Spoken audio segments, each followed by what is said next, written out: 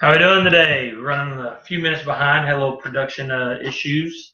But this is Richard Sod and John Eccles coming back to you live from Nick's Plumbing.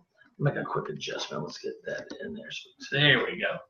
All right, so how are we doing today? Hope everybody's doing okay. It's Thursday, another Thursday in the wonderful month of May. How you doing today, Richard? Fantastic. Went to one job this morning. Looked to see how that was going, and it was going fine, so day's going great. All right, excellent. Well, since we're running a little behind, let's jump right into it. You ready? I'm ready. All right, so I got Greg from West U area wants to know how long should the parts inside of this toilet tank last? Good question. I thought it was a really good question. Yeah. You know, a lot of times you see it, you look at it, and you think, man, is it time to replace it? Is it not time to replace it? So excellent question, Greg. You mind if I jump on this one? Do it. All right. So typically, the inside of your toilet tank should last probably 4 to 5 years, depending on a couple of things. That's in ideal conditions. Do ideal conditions exist? Maybe somewhere out there, but not here in Houston, right?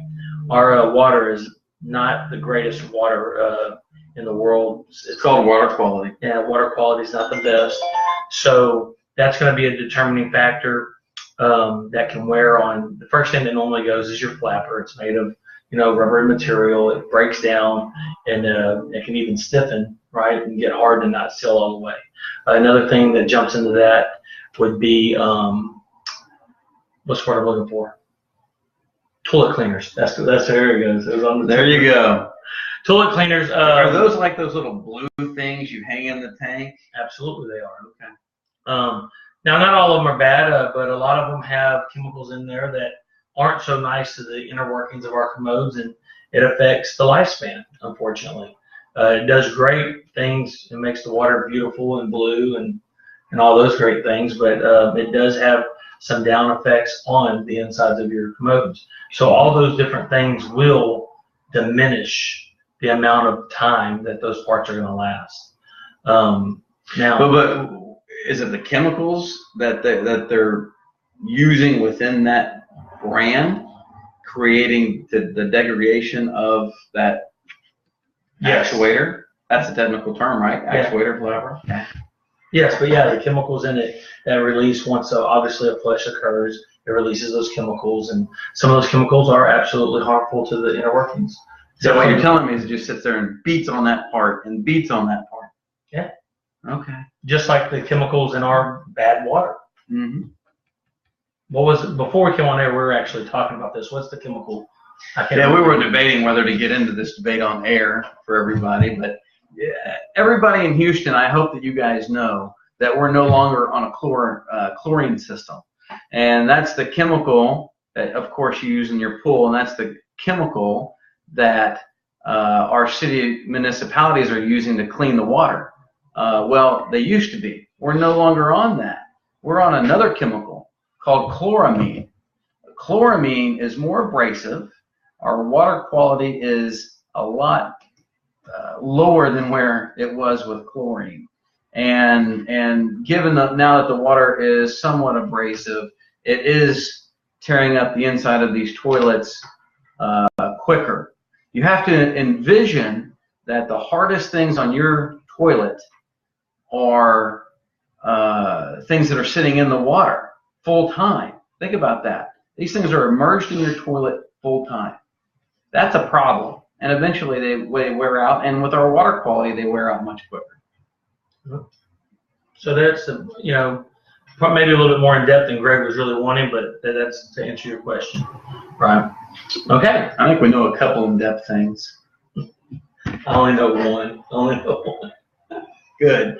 All right, so going to the Bel Air area, Lillian wants to know why she should hire a licensed plumbing company versus maybe a handyman or a friend down the street. This is a really big issue now that our weather events have created such a huge issue. Look at all the flooding that's occurred. I mean, we've got thousands of homes that need work. They can't find people. They can't get the work done. And in fact, guys, I'm under the same problem. I mean, I'm one of the guys that did get flooded. And I just got done with my house 2 weeks ago. But that should tell you something, that if it took that long to get my house done, I was very picky with who I used. I know a lot of people in our industry, not just plumbing, across all of our platforms in our industry, if you look at the construction field. And I'm very picky of who I work with and who I use. So, and I'll give you an example. My tile guy, I had to wait 2 months, but I knew that I was going to get a perfect job. I think where people get in trouble right now, they try to rush things. They try to listen to people that they don't know. Oh, I can do that. I can do that. That's the famous last words. Oh, I can do that. Well, we are a professional plumbing company.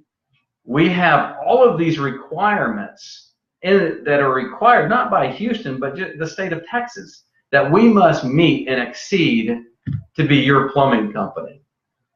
It's a really big deal.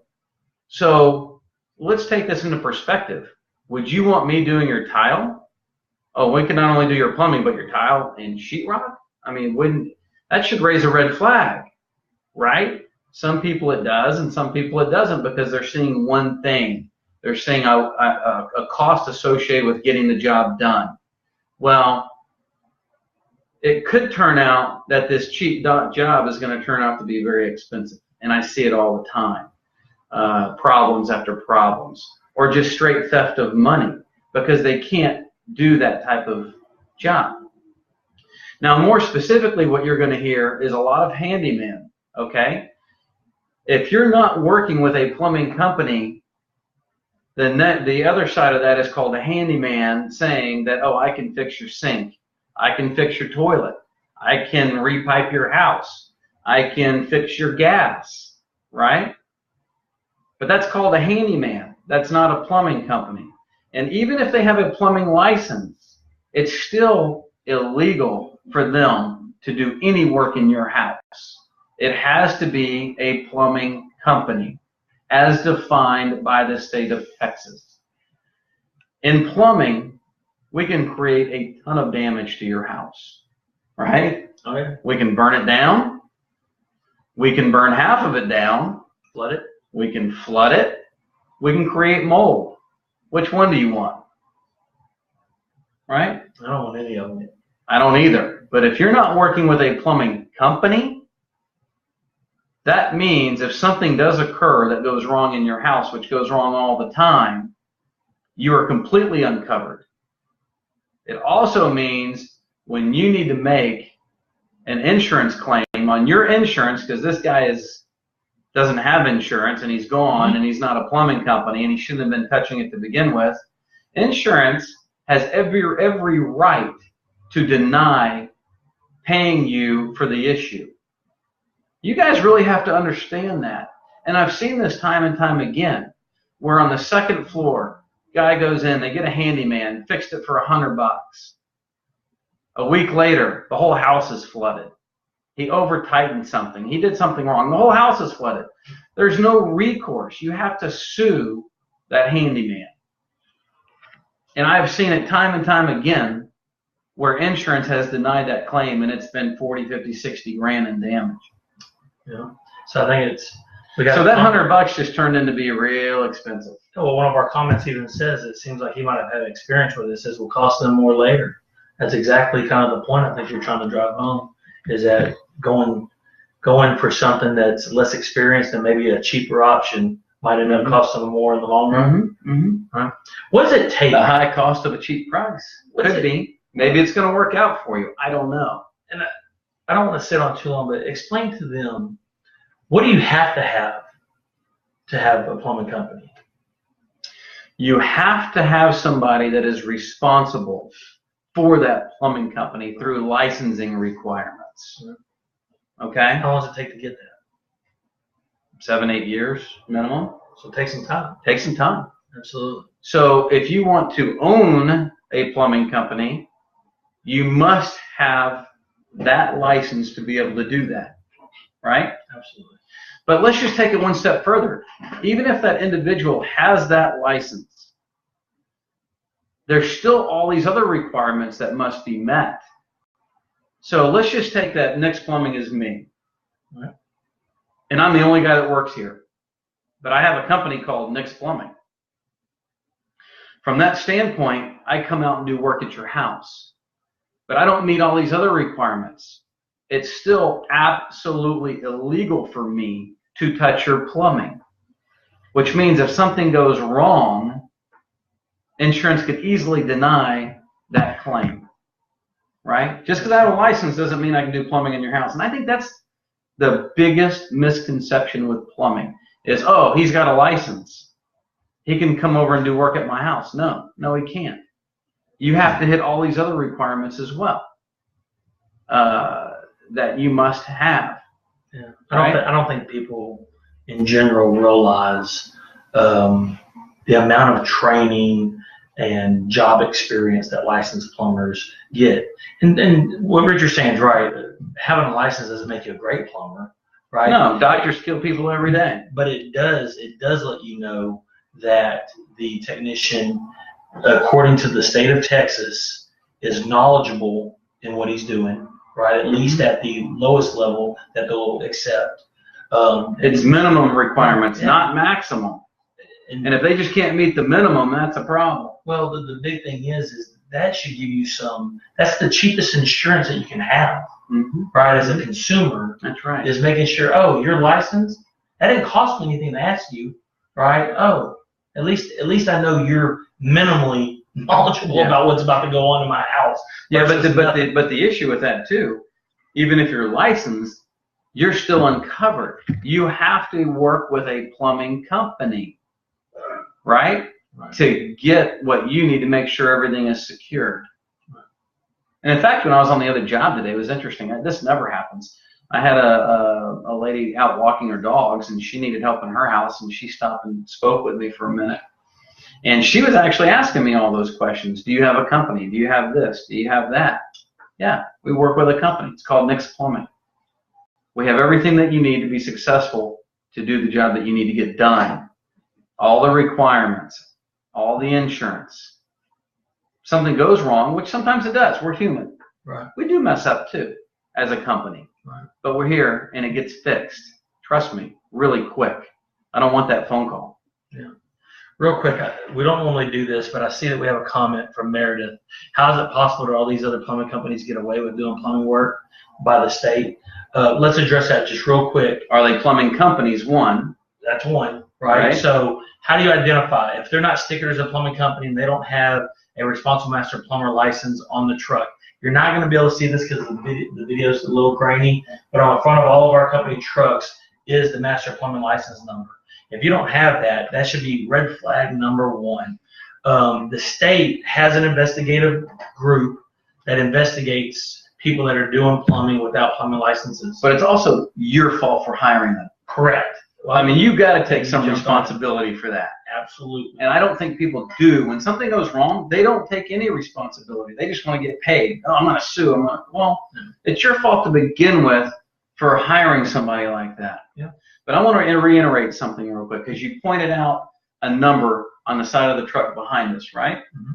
That number correlates to an individual. That number is the number that you should check with the state to make sure everything is complete. Everything is done. Absolutely. Follow? Yeah, absolutely. That lets you know that it's a company.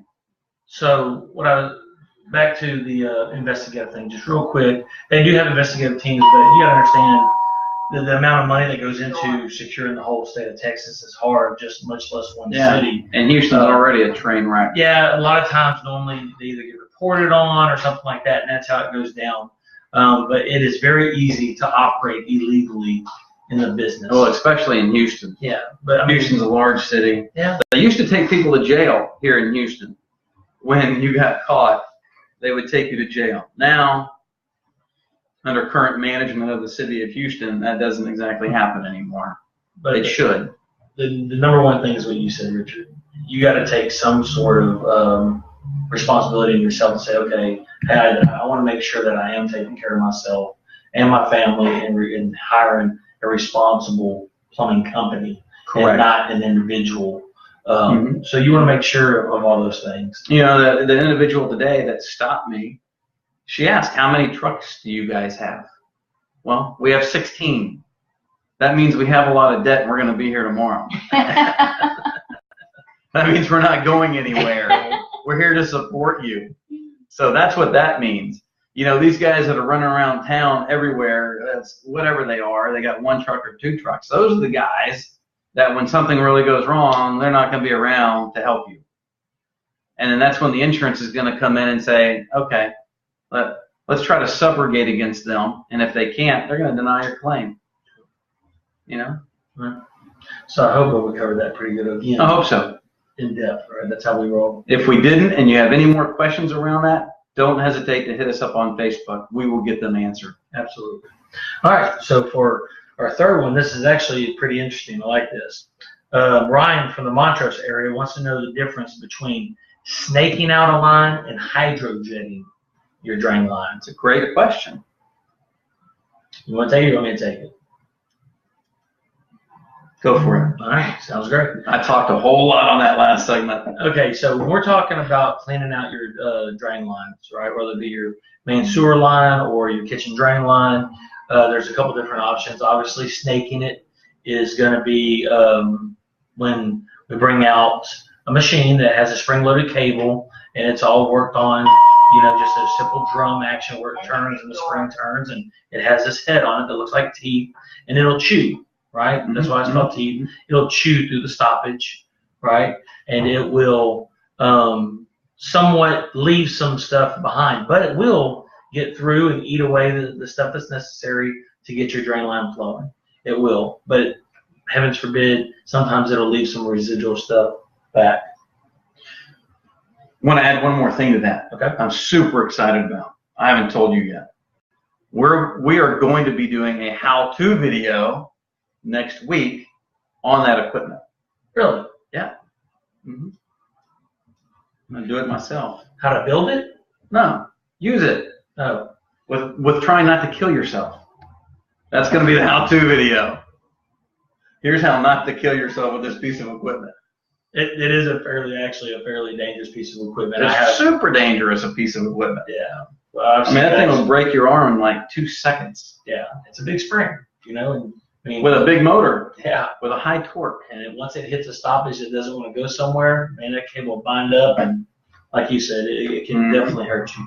Yeah. Anyway, so when it chews through the stoppage, right, it leaves some residuals behind. The line will drain, but it just doesn't do what we're about to talk about. Now, hydrojetting is the type of cleaning that will take your line to as near new condition as it possibly can. As when it was first put in? Correct. Now, it's basically what it does is it pressure washes the inside of your sewer line, right? Depending on what head is being used, they have different configurations for this pressure. And depending on what machine, they got machines that are 2,500 PSI, they got some that go up to 4,000 PSI, depending on what you're using. A typical head will normally have 1 string shooting, right, to really break up anything in front of it, and then, you know, 3 to 5 jets pulling back to really dislodge anything on the outside of those pipes. And it's really beneficial in your kitchen lines, especially if you have a nasty habit of putting grease down your kitchen line. That's a big component of blocking kitchen stoppages. Problem with grease is you don't even know you're doing it a lot of times, because you think you're doing the right thing and you're scraping the trash or the excess food off in the trash can, and you're doing the right thing. The problem is that residual that's left on there clogs up that drain and just sits there and it coagulates in the pipe over time. Right? Your big word of the day. That is big word of the day. But yeah, so hydrojetting, you know, when we talk about these options, if you have the choice, you'd much rather hydrojet versus snake, especially if you're looking for something that's going to take that drain line to as near new condition as possible. You know, where that snake is going to eat and leave clumps. You know, it'll get the job done. It is less expensive, right? And it gives, you know, pretty decent warranty with it, especially through our company. But that hydrojetting is just the next step up. It's really going to clean out your drain line. It's going to make sure that those lines stay clean for a little bit longer than that cable. Did I miss anything on that? The only thing that I would add is I think it's imperative that, and I'm a firm believer in this, I don't want to snake kitchen lines. They should all be hydrojetted. Yeah, just because of the habit of, customers, like you said, I'm probably the most guilty person in Houston about putting stuff on my kitchen pipe. Right, I put everything down there. Mm-hmm. I just shove it all in there, turn on disposal, and you think it's gone. Well, good chances are about 30 feet down the line is where it's sitting, and it's going to come back to haunt you when you least want it. Absolutely. Obviously grease is a big one because grease is a real big one. Yeah, because it ends up. It never makes it down to the 4-inch line. It always stays in the 2-inch line. Builds layers until it's kind of like arteries, your cholesterol. Same thing. I mean, it doesn't happen overnight. It just sits there and builds and builds and builds, and the next thing you know, what happens? I don't know. I wish they had a jetter to clean that. Yeah, they should. But if you think about it, it's a pipe. It's just like your vein. It gets cholesterol in it. It starts closing down. Then they got to go in there and work on it and clean you out. And that's what this thing does, right? It high pressure shoots down that line, and it will make it look pretty close to brand new. Yeah. So, if you're ever interested in that service, we do have all the necessary service to jet. What do we have? 4 different types of jets? We do. We have 4 different types of jets. Mm-hmm. Going from anything that's a toolbox up to a trailer that we got to haul out to your house, completely separate. We will get that job done. Yeah, absolutely. Always.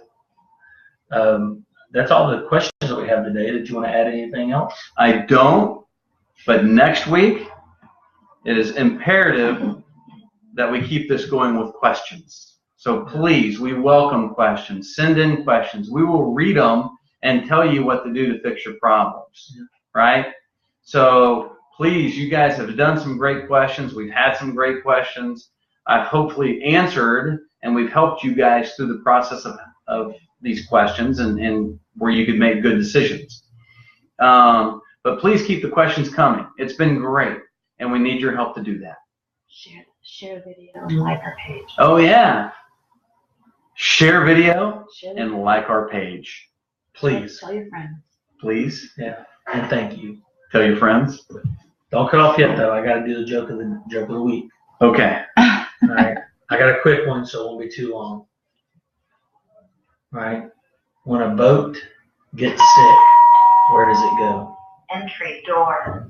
To the docker? To the dock. Oh, to the dock. I got another one. Let's do another real quick. What do you call an alligator that wears a vest? An investigator. Boo. Well, thank you guys. Thank y'all so much for tuning in. We'll see you next week. Do we know how to end it? No. How do you end this? It's facing us this time.